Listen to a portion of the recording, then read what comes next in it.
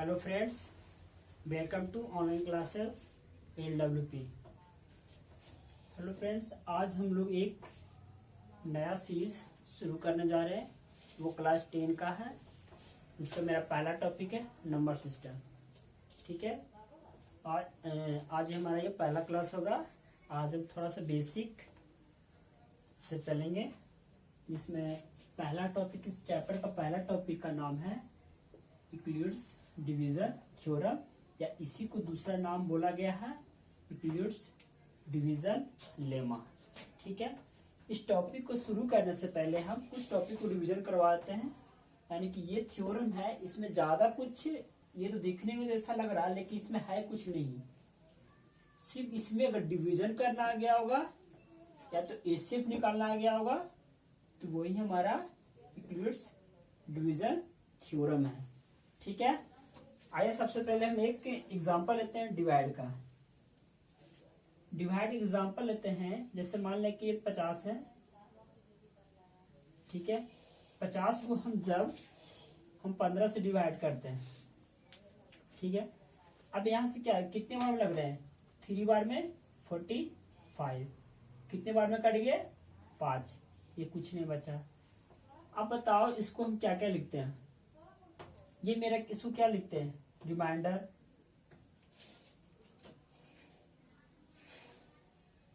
ये मेरा रिमाइंडर हो गया। ठीक है, ये मेरा क्या हो गया? डिवीजर। डिवीजर हो गया। ये मेरा क्या हो गया? क्वोशिएंट। ये मेरा वैल्यू क्या हो गया? डिविडेंड।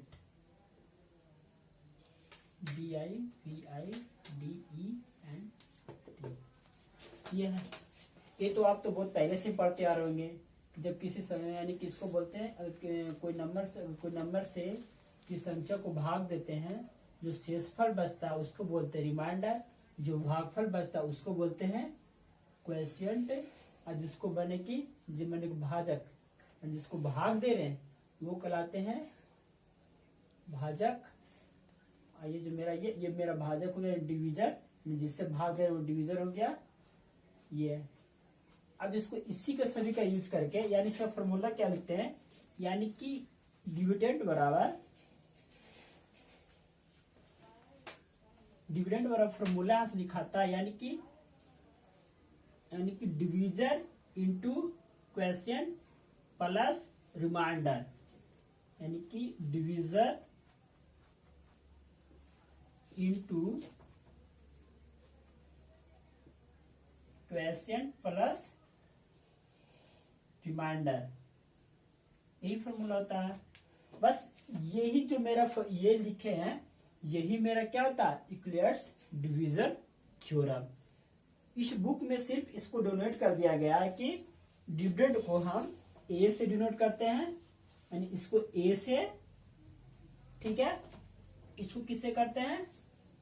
इसको करते हैं बी से, और इसको करते हैं क्यू से, और इस वैल्यू करते हैं किसे? आर से। ठीक है, इसको यानी कि शॉर्ट फॉर्म कैसे लिख सकते हैं? A equal to B Q plus R. ठीक है, जहां आर क्या है? आर तो रिमाइंडर बचता है।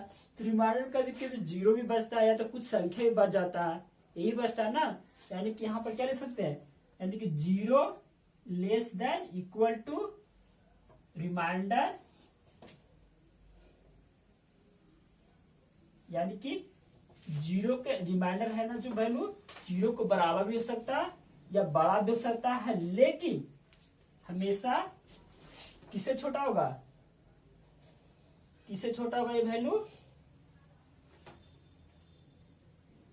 डिवीजन से, यानी कि डिवीजर से। यही मेरा होता है ये। यानी इसको लिखेंगे 0 less than R less than क्या वैल्यू दे दिया? बी। ये लेस देन होता है। यानी कि ये वैल्यू क्या हो गया? जब यानी कि मेरा जो रिमाइंडर बचेगा या तो 0 भी हो सकता है या तो 0 से बड़ा हो सकता है, लेकिन जो मेरा डिवीजन देने वाला वैल्यू है इससे हमेशा क्या होगा, ये छोटा होगा, यानी कि डिवीजर होगा ये हमेशा बड़ा होगा और ये वैल्यू हमेशा छोटा होगा।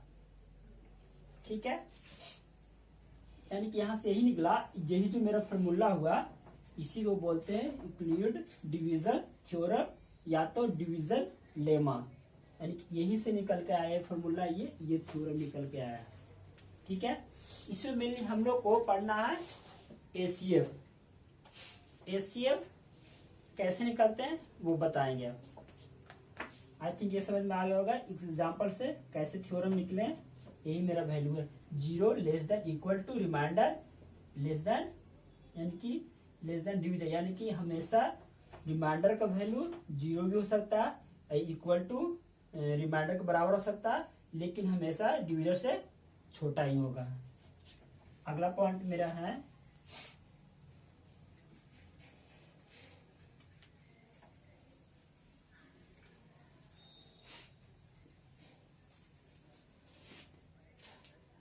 हम लोग पहले भी पढ़ेंगे कि हम लोग एसीएफ कैसे निकालते हैं। एसीएफ यानी एसीएफ का फुल फॉर्म होता है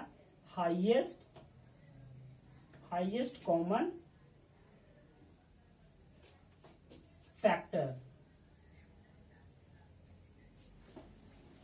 यही होता है। इसमें कोई एग्जांपल लेते हैं कि 80 को हम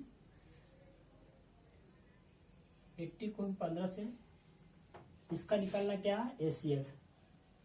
तो हम क्या करते हैं कि जो बड़ी संख्या होता है उसको हम डिवाइड करते हैं छोटी संख्या से, इसी से डिवाइड करते हैं ना, या तो फिर चलो एक काम करते हैं फैक्टर मेथड से निकाल लेते हैं। तो 80 का फैक्टर क्या होगा, 80 का फैक्टर क्या होगा 2, ये 40, 2 20, 2 10, ये 5 5, एक और कटेंगे तो कट गया ये, यानी कि 80 का फैक्टर क्या मेरा निकला 2 into 2 into 2 into 5 into 5, 2 3 4, sorry यहाँ पर 2 होंगे, फिर 2 से करें तो एक और में, यानी कि यहाँ पर यही वैल्यू होंगे मेरा 2 दूनी 4 दूनी 8 8 40, 2 और होंगे। ये मेरा क्या निकल गया 80 का फैक्टर। अब हम 15 का फैक्टर निकालते हैं, तो 15 का फैक्टर क्या हो जाएगा 15 यहाँ कितना 2 से लग रहा नहीं लग रहा 3 से 3 इंटू 5, यानी कि यहाँ से क्या लिख सकते हैं 15 का फैक्टर 5 इंटू 3, यानी कि एसीएफ यही बोलता है कि ऐसी संख्या जो दोनों में कॉमन हो वो क्या कहलाते हैं एसीएफ, यानी कि इन दोनों में कॉमन क्या ये है एक ये है। ठीक है, यानी कि इसका मेरा एसीएफ क्या हो जाएगा, एसीएफ क्या हो जाएगा 5, यही 5 होगा ना, यानी कि इन दोनों कॉमन फैक्टर का एसीएफ क्या हो गया एसीएफ 5 हुआ। अब इसी वैल्यू को हम किसका यूज करेंगे, ये डिवीजन लामा मेथड से हम इसका वैल्यू निकालेंगे। ठीक है,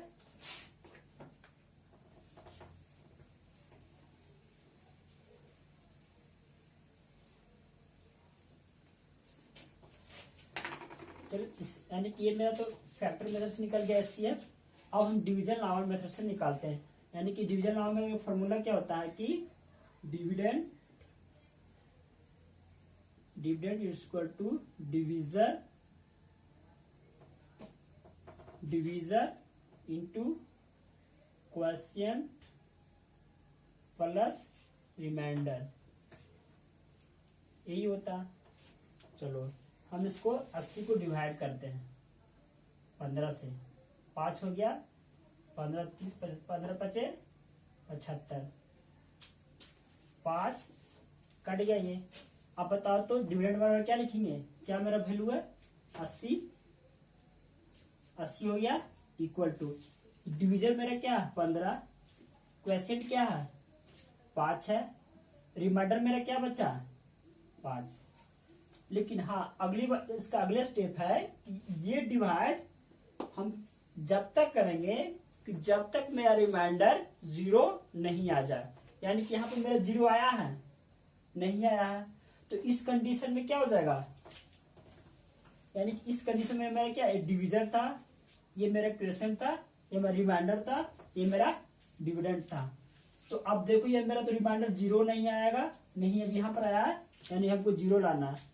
यानी कि इफ यहाँ पर यही लिखेंगे, थोड़ा हिंदी में लेते हैं, जब तक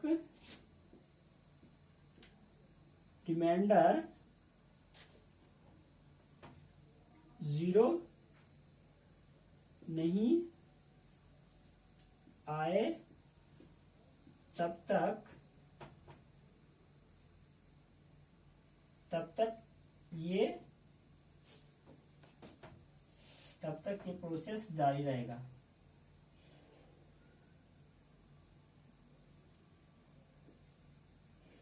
यानी कि जारी रहेगा, यानी कि जब तक मैं रिमाइंडर 0 नहीं आए तो एक स्टेप और बढ़ेंगे, अगर उस स्टेप में भी 0 नहीं आए तो एक स्टेप और बढ़ेंगे, यानी कि हमको किसी तरह से रिमाइंडर को 0 लाना ही लाना है।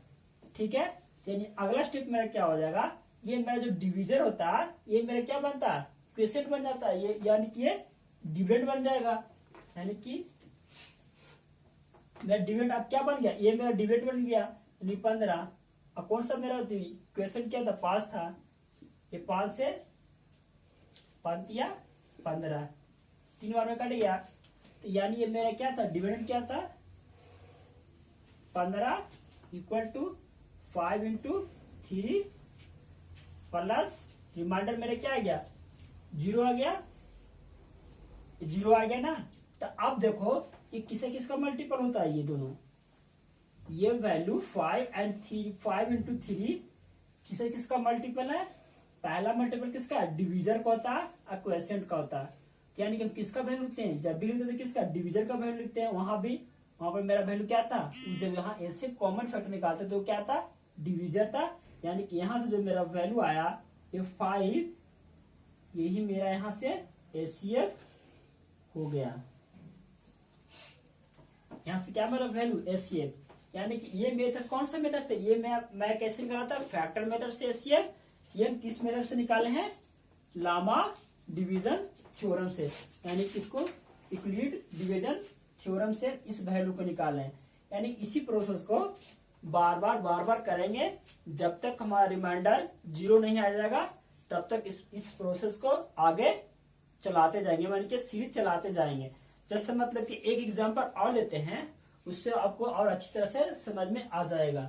यानी कि इसको मिटाते हैं, यानी कि आपको याद रखना होगा हाईएस्ट, यानी कि मेनली इसमें हाईएस्ट कॉमन फैक्टर निकालना है, यानी यूक्लिड डिवीजन थ्योरम या तो फिर डिवीजन लेमा मेथड से।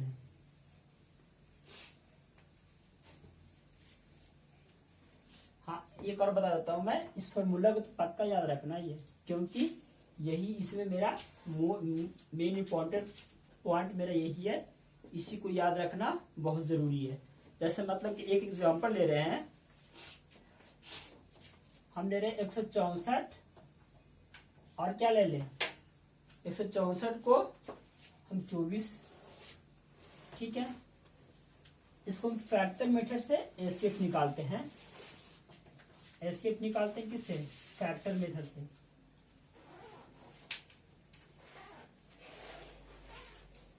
ठीक है, यानी 164 का फैक्टर क्या हो जाएगा, 2 8 2 2 4 1 होगा। और ये लग रहा है, ये नहीं लग रहा है एक बार, यानी कि 2 इंटू 2 इंटू 41 होगा। ठीक है, अब 24 का निकालते हैं, 12 2 6 2 3, एंड इससे मेरा फैक्टर क्या आ गया, यानी कि 164 का फैक्टर मेरा क्या आ गया, इतना मेरा आ गया ये, और 24 का फैक्टर क्या आ गया, यानी कि 2 इंटू 2 इंटू 2 इंटू 3।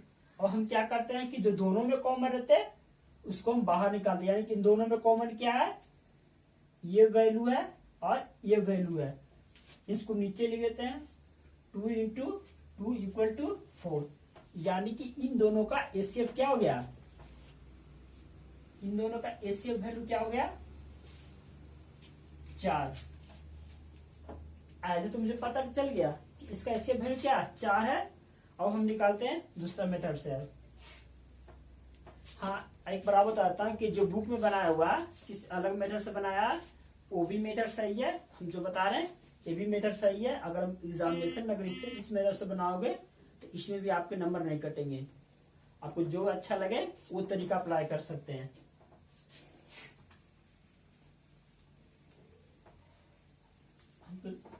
हम सब सिंपल बता रहे हैं ताकि आप लोग को इजीली समझ में आ जाए। ये तो मैं निकाल के एचसीएफ निकाली है। आप क्या करते हैं कि use of Euclid's division theorem, इस थ्योरम से यूज करके हम इसको बनाएंगे। तो सबसे पहला मेरा क्या है, इसका फॉर्मूला तो याद ही होगा, ये तो भूलना ही मत। डिविडेंड मतलब dividend equal to divisor divisor divisor into question plus remainder, यही है। ठीक है, अब चलते हैं। अब क्या करते हैं कि हम 164 को किससे डिवाइड करें, 24 से। अब बताओ 24 का टेबल कितने बार पढ़े हैं कि ये 164 से अधिक नहीं उससे कम में लग जाए। अब बताओ कि हम 6 24 छक्कर नहीं लगेगा, ये 24 को 6 बार लगा दें तो 1 4 4 लग जाएगा, ये 0 2 आ जाएगा। ठीक है, यानी कि 24 बार में लगाए तो 24 छक 44 यानी कि 144 मेरा, यानी कि रिमाइंडर कितना बच गया, 20 बच गया। अब इस फॉर्मूला को यहाँ लिखते हैं। डिविडेंड मेरा क्या है यहाँ पर, ये मेरा क्या है डिविडेंड, ये मेरा क्या है डिवीजर, ये मेरा क्या है रिमाइंडर, ये मेरा क्या है डिवीजर, सॉरी ये मेरा क्वेश्चन है, ये मेरा डिवीजर है। सेम टू सेम यहाँ पे लिखते हैं। डिविडेंड कितना मेरा था 164 था, इक्वल टू डिवीजन मेरा क्या 24 इंटू क्वेश्चन कितना मेरा है 6। अभी मेरा रिमाइंडर कितना बच गया 20। ठीक है, यदि रिमाइंडर 0 नहीं आया तो यहां पर लिखेंगे कि रिमाइंडर नॉट इक्वल टू 0, क्योंकि ये प्रोसेस जब तक चलेगा जब तक कि मेरा रिमाइंडर 0 नहीं आ जाए। ठीक है, और ये इस सीरीज इवन चलाते हैं। अब बता, यहां से ये मेरा वैल्यू है, ये मेरा क्या बन गया डिविडेंड, डिविडेंड यही बना ना। ये मेरा क्वेश्चन मेरा क्या गया, क्वेश्चन मेरा डिवीजर बन गया। यानी कि 24 को जब हम 6 से डिवाइड करेंगे, सॉरी ठीक है, 24 को जब हम 6 से डिवाइड करेंगे ये कट गया 0, यानी कि 4 टाइम्स में कट गया नहीं, ये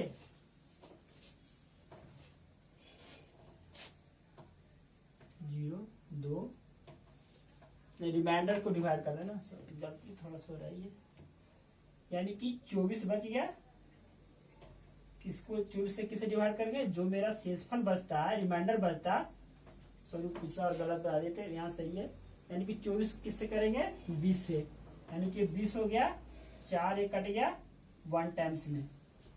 यहाँ पर मेरा वैल्यू क्या आ गया, ये मेरा क्या बन गया डिविडेंड, यानी कि 24 इक्वल टू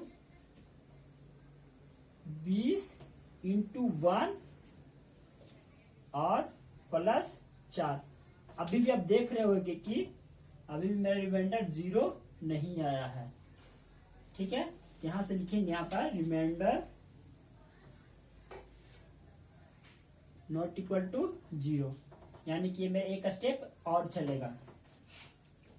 तो ये उल्टा हो जाएगा, यानी क्या मेरा 4 क्या बन गया, ये डिवीजर क्वेश्चन मेरा क्या बन गया 20, कितने बार कटेगा 5 20, ये कट गया। अब मेरा क्या आ गया, रिमाइंडर 0 यहाँ आ गया। तो फिर यहां से लिखेंगे 20 इक्वल टू 4 इंटू 5 प्लस 0। आप देख रहे हो कि ये दोनों किसका मल्टीपल होता है, किसका होता है, डिवीजर इंटू क्वेश्चन का, यानी कि यहां से डिवीजर का वैल्यू क्या आ गया, डिवीजर का वैल्यू क्या आ गया 4। यही मेरा होता है एचसीएफ का वैल्यू, यानी कि इसमें यही बोला गया है कि इक्विवेलेंट डिवीजन थ्योरम कि ये हम जब तक डिवाइड करेंगे जब तक मेरा जो रिमाइंडर का वैल्यू है जब तक 0 नहीं आ जाए, ये प्रोसेस चलता ही जाएगा चलता ही जाएगा। ठीक है, यानी कि जो मेरा लास्ट स्टेप है, यही जो लास्ट स्टेप बचता है जो डिवीजर और क्वेश्चन का मल्टीपल होता है, जिसमें जो डिवीजर का जो वैल्यू होता है वही एचसीएफ का मेरा वैल्यू होता है। ठीक है दोस्तों, आज हम इसको यहीं पर समाप्त कर रहे हैं, यहीं पर समाप्त करें। अगले क्लास में हम इसका एक क्वेश्चन और लेंगे जो एनसीईआरटी का बुक्स होगा उसको लेके चलेंगे। और इसके अलावा कुछ ऐसे क्वेश्चन होते हैं, मतलब कि पॉजिटिव इंटीजर कैसे लिया जाता है, odd even integer, odd integer, उन सभी के बारे में बताएंगे, वो कैसे कैसे लिखते हैं और उसका क्वेश्चन कैसे बनाते हैं। यदि आपको ये वीडियो अच्छा लगा हो तो आप लाइक करें, शेयर करें, अपने दोस्तों में शेयर करें। थैंक यू, जय हिंद।